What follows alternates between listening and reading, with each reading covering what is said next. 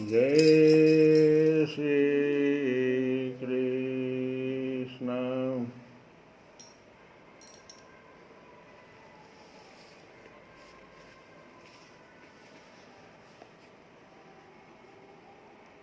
हम लोग कल की कथा में जो 8वें योगेश्वर थे चमस जी, उनके वचनों को सुन रहे थे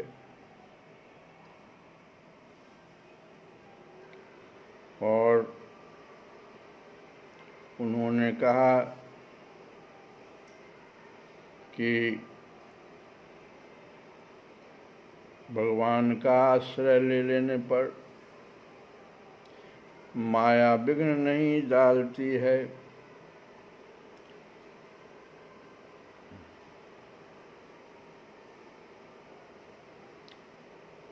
पहले योगेश्वर ने भी कहा था कि भगवता प्रोक्तम ही भागवत धर्म है।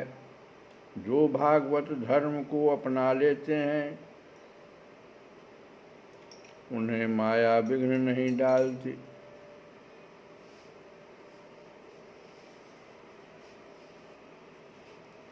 तो ये भागवत धर्म जो है,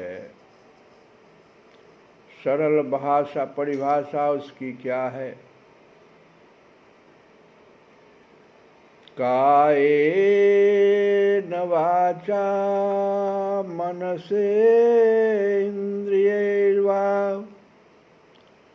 बुद्धि आत्मना वा प्रकृते स्वभावतः करोमि यद् यत् सकलं परस्मै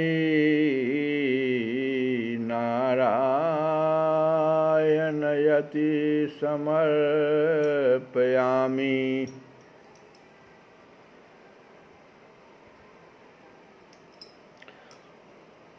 और आगे फिर कहते हैं, सब मद्भागवत में भी ये आया है, कायेन वाचा मनसेन्द्रियैर्वा बुद्ध्यात्मना वानुसृता स्वभावतः। वहाँ था बुद्धि आत्मना वा प्रकृते स्वभावत। यहाँ है बुद्धि आत्मना वानुसृतः स्वभावात् करोति यद् यत् सकलं परस्मै नारायणेति समर्पयेत् तत्। इसका अर्थ है कि मैं शरीर, वाणी, मन या इंद्रियों से जो कुछ भी करता हूँ, शरीर से या वाणी से या मन से या इंद्रियों से जो कुछ भी करता हूँ, चाहे बुद्धि के विवेक से हो रहा हो, चाहे हृदय के गहन भावों से या मन की विद्यमान वृत्तियों से, उन सब को अर्थात जो भी कार्य करना है बिना स्वामित्व के करता हूँ। सबसे पहला भाव तो मैं कोई इसका स्वामी नहीं हूँ और उन्हें श्री नारायण के चरणों में समर्पण करता हूँ। यही है भागवत धर्म। सब कुछ भगवान को अर्पित करना, यही भाव हो जाना चाहिए। सब कुछ। मुचकुंद राजा की कथा में हम लोग सुने थे, देवताओं के सहायता उन्होंने युद्ध शुरू किया, लड़ते लड़ते थक गए, देवताओं से स्थान मांग लिया कि अब थक गए भाई, सोना चाह रहे हैं,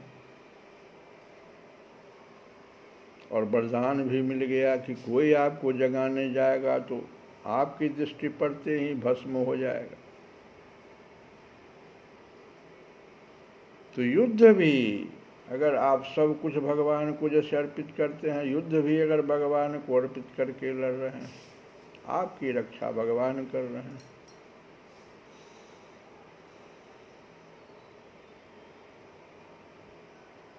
और जब भागवत धर्म को कोई जीव, कोई मनुष्य अपना लेता है तो उसको इतना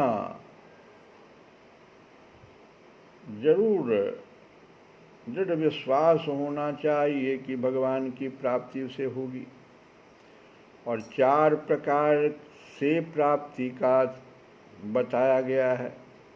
भगवान की प्राप्ति जो होगी वो 4 प्रकार की प्राप्ति बताया गया है।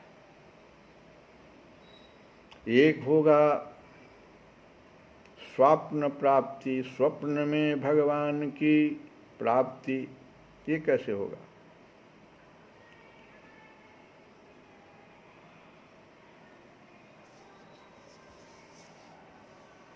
भागवत धर्म की साधना करते करते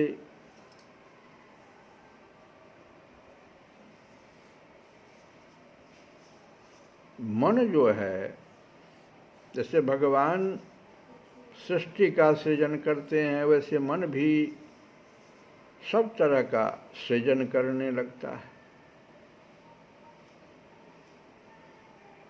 स्वप्नावस्था में बड़ा अच्छा है उदाहरण, मन, हमारा ही मन, हालांकि वो शरीर के साथ यहाँ है, लेकिन देखो वो घोड़े पर भी सवार है, घोड़ा भी बन गया, वो रास्ता भी बना लिया, वो किसी धाम में भी चला गया, धाम को भी अपने से बना लिया, वहाँ कई हजार लोगों से मिल रहा है, वहाँ भगवान से भी मिल रहा है। सब कुछ मन सृजन करने लगता है। जैसे भगवान सृजन करते हैं सृष्टि का, वैसे मन भी सृजन करने लगता है स्वप्नावस्था में। अब यहाँ हमें क्या देखना है? जैसे भागवत धर्म हम अगर का पालन कर रहे हैं तो अंतःकरण में अपने अंतःकरण को देखना है। अंतःकरण में अगर तमोगुण का प्रभाव अधिक है तो तामसिक सृजन मन करने लगता है। तो स्वप्न भी आता है वो तामसिक आता है, डरावना हो, भूत प्रेत, ये वो, हिंसा। अगर अंतःकरण में रजोगुण की प्रधानता है तो राजसिक स्वप्न हम देखने लगते हैं, उसी प्रकार का सृजन वो करने लगता है। खूब सुख सुविधा जो हम नहीं प्राप्त किए हैं वो प्राप्त करा देता है स्वप्न में हम। और अगर अंतःकरण सतोगुण के प्रभाव से ज्यादा प्रभावित है तो देखना वो स्वप्न में गंगा जी को सृजन कर लेगा, भगवत धाम को सृजन कर लेगा, मथुरा ले जाएगा, अयोध्या ले जाएगा, भगवान का दर्शन कराएगा, गंगा जी में स्नान कराएगा। और एक ये तीनों गुण से ऊपर भी एक गुण होता है जिसको कहते हैं गुणातीत हो जाना। जब भागवत धर्म को भक्त अपना लेता है और गुणातीत हो जाता है, भगवत प्रेम पर आरूढ़ हो जाएगा तो स्वप्न में भी भगवान का साक्षात्कार कर लेता है। इतना ही नहीं, वार्तालाप भी कर लेता है। ये हो गया स्वप्न प्राप्ति, भगवान की 4 प्रकार से प्राप्ति। दूसरे प्रकार की प्राप्ति जो है वो है ध्यान का दर्शन। ये स्वप्न प्राप्ति से हमें शिक्षा क्या मिली कि अपने अंतःकरण की स्थिति को हमको बराबर देखते रहना चाहिए कि हम जो कुछ भी साधना कर रहे हैं क्या वो भागवत धर्म के अनुकूल चल रहा है? हमारा अंतःकरण किस प्रकार का जो मन है वो सृजन करने लगता है स्वप्न में?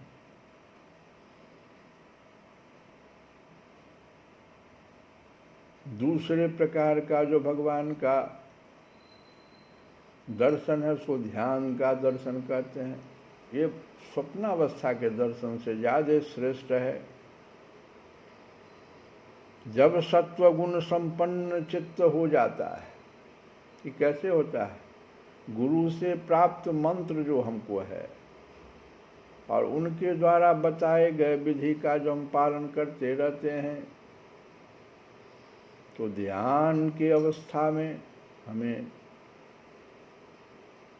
गुरु जो स्वरूप बताते हैं, जो मंत्र दिए हैं, उस रूप में भगवान का दर्शन हो जाता है। तीसरा है प्रत्यक्ष दर्शन। इसमें बहुत सारे हमारे भक्त जैसे मीरा, सूरदास जी, ये लोग आते हैं, ये प्रत्यक्ष दर्शन करते हैं भगवान का। और सूरदास जी ने किया तो कहा कि किया हरि दर्शन की प्यासी, किया हरि दर्शन की प्यासी, अखिया हरि दर्शन की प्यासी।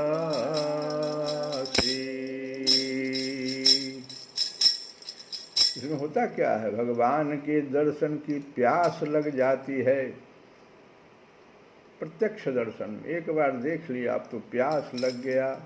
कैसे? देखो, देखूं चाहती कमल नयन को, देखूं चाहत कमल नयन को,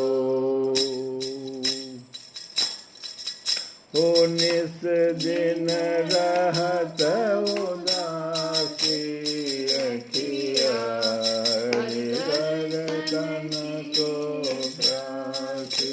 ये कहाँ हुआ था ऐसा? जब भगवान उद्धव जी को अपना संदेश देकर गोपियों के पास भेजे, और गोपियाँ क्या चाह रही थी? तो उद्धव जी को देखी, संदेश जो लाए थे उनसे, उनके मुंह से सुनी भी।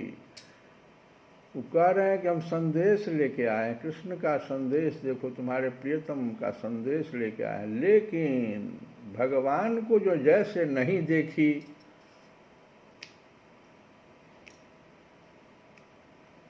तो जैसे फांसी के समान उसको अनुभव होने लगा। वही कहते हैं सूरदास कि देखूं चाहत कमल नयन को, देखूं चाहत कमल नयन को, और उससे नहीं तो निस दिन रहत उदासी, अखियो हरि दर्शन प्यासी। आए ऊधो फिर गए आंगन, गोपियाँ लौट गई।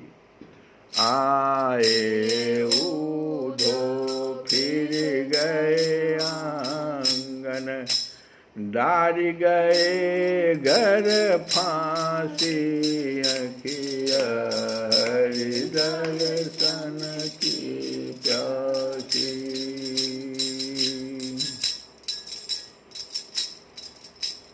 केसर तिलक मोतिन की माला, वृंदावन के बासी, काहू के मन को को न जानत, काहू के मन को नहीं जानत। लोगन के मन हाथे अखिया, हरि दर्शन की सूरदास प्रभु तुमर दरस को, सूरदास प्रभु तुमर दरस को। करवट ले हूँ काशी अखिया, दर्शन की प्यासी। तो प्रत्यक्ष दर्शन में भक्त एक बार जो दर्शन कर लेता है तो आँख प्यासा हो जाता है, बार बार उनको देखना चाहता है। अब राजा निमि ने पूछा कि योगेश्वरों, आप लोग कृपा करके अब बतलाइए कि भगवान किस समय किस रंग का कौन सा आकार स्वीकार करते हैं, और मनुष्य किन नामों और विधियों से उनकी उपासना करते हैं। तब 9वें योगेश्वर, जिनका नाम था करभाजन जी, तो करभाजन जी ने कहा कि राजन, 4 युग है, सत्ययुग, त्रेता युग, द्वापर युग और कलयुग। इन युगों में भगवान के अनेकों रंग, नाम और आकृतियां होती है तथा विभिन्न विधियों से उनकी पूजा की जाती है। जैसा युग वैसा रंग भगवान का, वैसा नाम, वैसी आकृति और विधि भी वैसा ही, पूजा की विधि भी बदल जाती है। सतयुग में भगवान के श्री विग्रह का रंग श्वेत होता है। उनके 4 भुजाएं और सिर पर जटा होती है तथा वे बलकल का ही वस्त्र पहनते हैं। काले मृग का चर्म, यज्ञोपवीत, रुद्राक्ष की माला, दंड और कमंडल धारण करते हैं। सतयुग के मनुष्य बड़े शांत, परस्पर बैर रहित, सबके हितैषी और समदर्शी होते हैं। वे लोग इंद्रियों और मन को बस में रखकर ध्यान रूप तपस्या के द्वारा सबके प्रकाशक परमात्मा की आराधना करते हैं। वे लोग हंस, सुपर्ण, वैकुंठ, धर्म, योगेश्वर, अमल, ईश्वर, पुरुष, अव्यक्त और परमात्मा आदि नामों के द्वारा भगवान के गुण लीला आदि का गान करते हैं। ये तो सतयुग की बात हुई। अब हे राजन, त्रेता युग में सुनो। त्रेता युग में भगवान के श्री विग्रह का रंग होता है लाल, 4 भुजाएं होती है और कटी भाग में वे 3 मेखला धारण करते हैं। उनके केश सुनहले होते हैं और वे वेद प्रतिपादित यज्ञ के रूप में रहकर श्रुक, श्रुवा आदि यज्ञ पात्रों को धारण किया करते हैं। उस युग के मनुष्य अपने धर्म में बड़ी निष्ठा रखने वाले और वेदों के अध्ययन अध्यापन में बड़े प्रवीण होते हैं। वे लोग ऋग्वेद, यजुर्वेद और सामवेद रूप वेद त्रयी के द्वारा सर्वदेव स्वरूप देवाधिदेव भगवान श्री हरि की आराधना करते हैं। त्रेता युग में अधिकांश लोग विष्णु, यज्ञ, प्रश्निगर्भ, सर्वदेव, उरुक्रम, वृषाकपि, जयंत और उरुगाय आदि नामों से उनके गुण और लीला आदि का कीर्तन करते हैं। राजन, द्वापर युग में भगवान के श्री विग्रह का रंग होता है श्यामला। वे पीतांबर तथा शंख, चक्र, गदा आदि अपने आयुध धारण करते हैं। वक्षस्थल पर श्री वत्स का चिन्ह, भृगुलता कौस्तुभ मणि आदि लक्षणों से वे पहचाने जाते हैं। राजन, उस समय जिज्ञासु मनुष्य महाराजों के चिन्ह, छत्र, चंवर आदि से युक्त परम पुरुष भगवान की वैदिक और तांत्रिक विधि से आराधना करते हैं। वे लोग इस प्रकार भगवान की स्तुति करते हैं। हे ज्ञान स्वरूप भगवान वासुदेव एवं क्रिया शक्ति स्वरूप संकर्षण, हम आपको बार बार नमस्कार करते हैं। भगवान प्रद्युम्न और अनिरुद्ध के रूप में हम आपको नमस्कार करते हैं। ऋषि नारायण, महात्मा, नर, विश्वेश्वर, विश्वरूप और सर्वभूतात्मा भगवान को हम नमस्कार करते हैं। राजन, द्वापर युग में इस प्रकार लोग जगदीश्वर भगवान की स्तुति करते हैं। अब कलयुग में अनेक तंत्रों के विधि विधान से भगवान की जैसी पूजा की जाती है उसका वर्णन सुनो। कलयुग में भगवान का श्री विग्रह होता है कृष्ण वर्ण, काले रंग का। जैसे नीलम मणियों में से उज्ज्वल कांति धारा निकलती रहती है, वैसे ही उनके अंग की छटा भी उज्ज्वल होती है। वे हृदय आदि अंग, कौस्तुभ आदि उपांग, सुदर्शन आदि अस्त्र और सुनंद प्रभृति पार्षदों से संयुक्त रहते हैं। कलयुग में श्रेष्ठ बुद्धि संपन्न पुरुष ऐसे यज्ञों के द्वारा उनकी आराधना करते हैं जिनमें नाम, गुण, लीला आदि के कीर्तन की प्रधानता रहती है। वे लोग भगवान की स्तुति इस प्रकार करते हैं कि प्रभु आप शरणागत रक्षक हैं। आपके चरणार बिंद सदा सर्वदा ध्यान करने योग्य, माया मोह के कारण होने वाले सांसारिक पराजयों का अंत कर देने वाले तथा भक्तों की समस्त अभिष्ट वस्तुओं का दान करने वाले कामधेनु स्वरूप हैं। वे तीर्थों को भी तीर्थ बनाने वाले स्वयं परम तीर्थ स्वरूप हैं।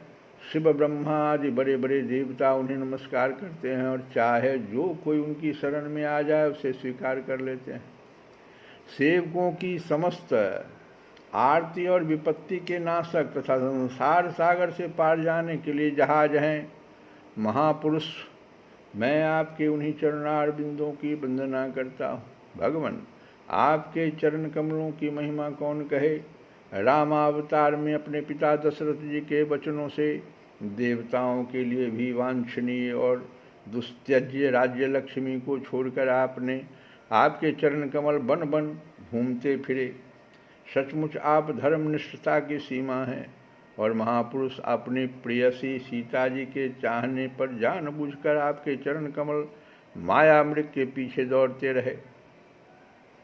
सचमुच आप प्रेम की सीमा है। प्रभु, मैं आपके उन्हीं चरणार बिंदुओं की वंदना करता हूँ। राजन, इस प्रकार विभिन्न युगों के लोग अपने अपने युग के अनुरूप नाम रूपों द्वारा विभिन्न प्रकार से भगवान की आराधना करते हैं। इसमें संदेह नहीं कि धर्म, अर्थ, काम, मोक्ष सभी पुरुषार्थों के एकमात्र स्वामी भगवान श्री हरि ही हैं। कलयुग में केवल संकीर्तन से ही सारे स्वार्थ और परमार्थ बन जाते हैं। इसलिए इस युग का गुण जानने वाले सारग्राही श्रेष्ठ पुरुष कलयुग की बड़ी प्रशंसा करते हैं, इससे बड़ा प्रेम करते हैं।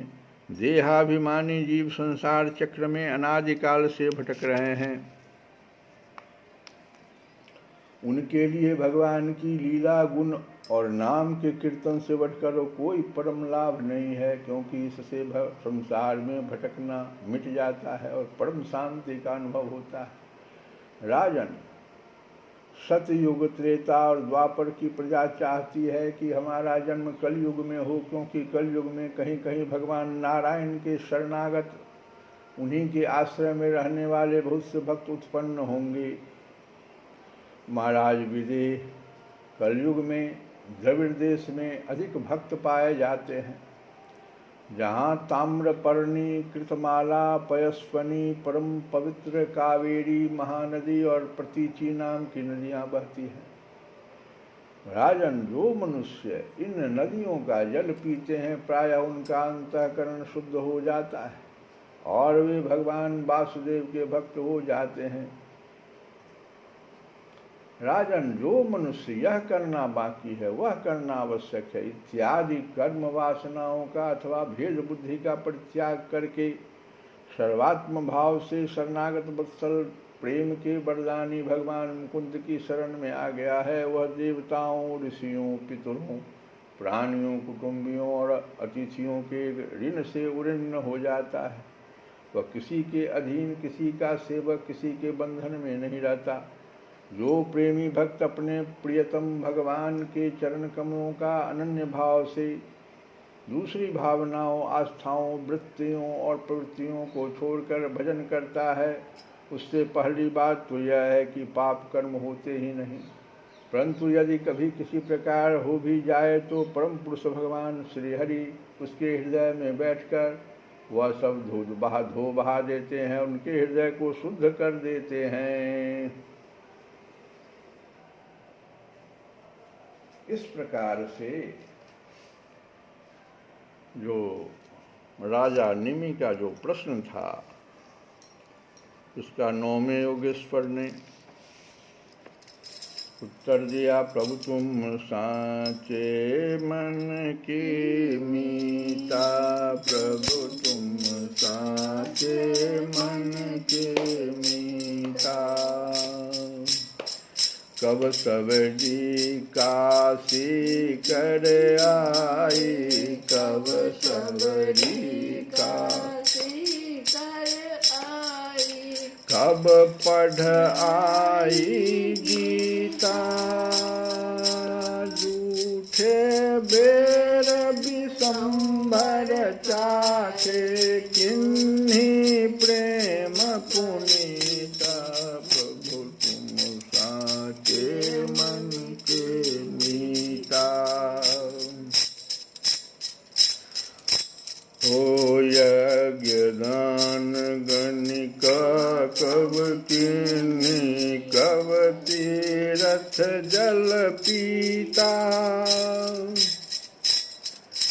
बाह पकड़ हरि पार उतारी, मन ही के परतीता।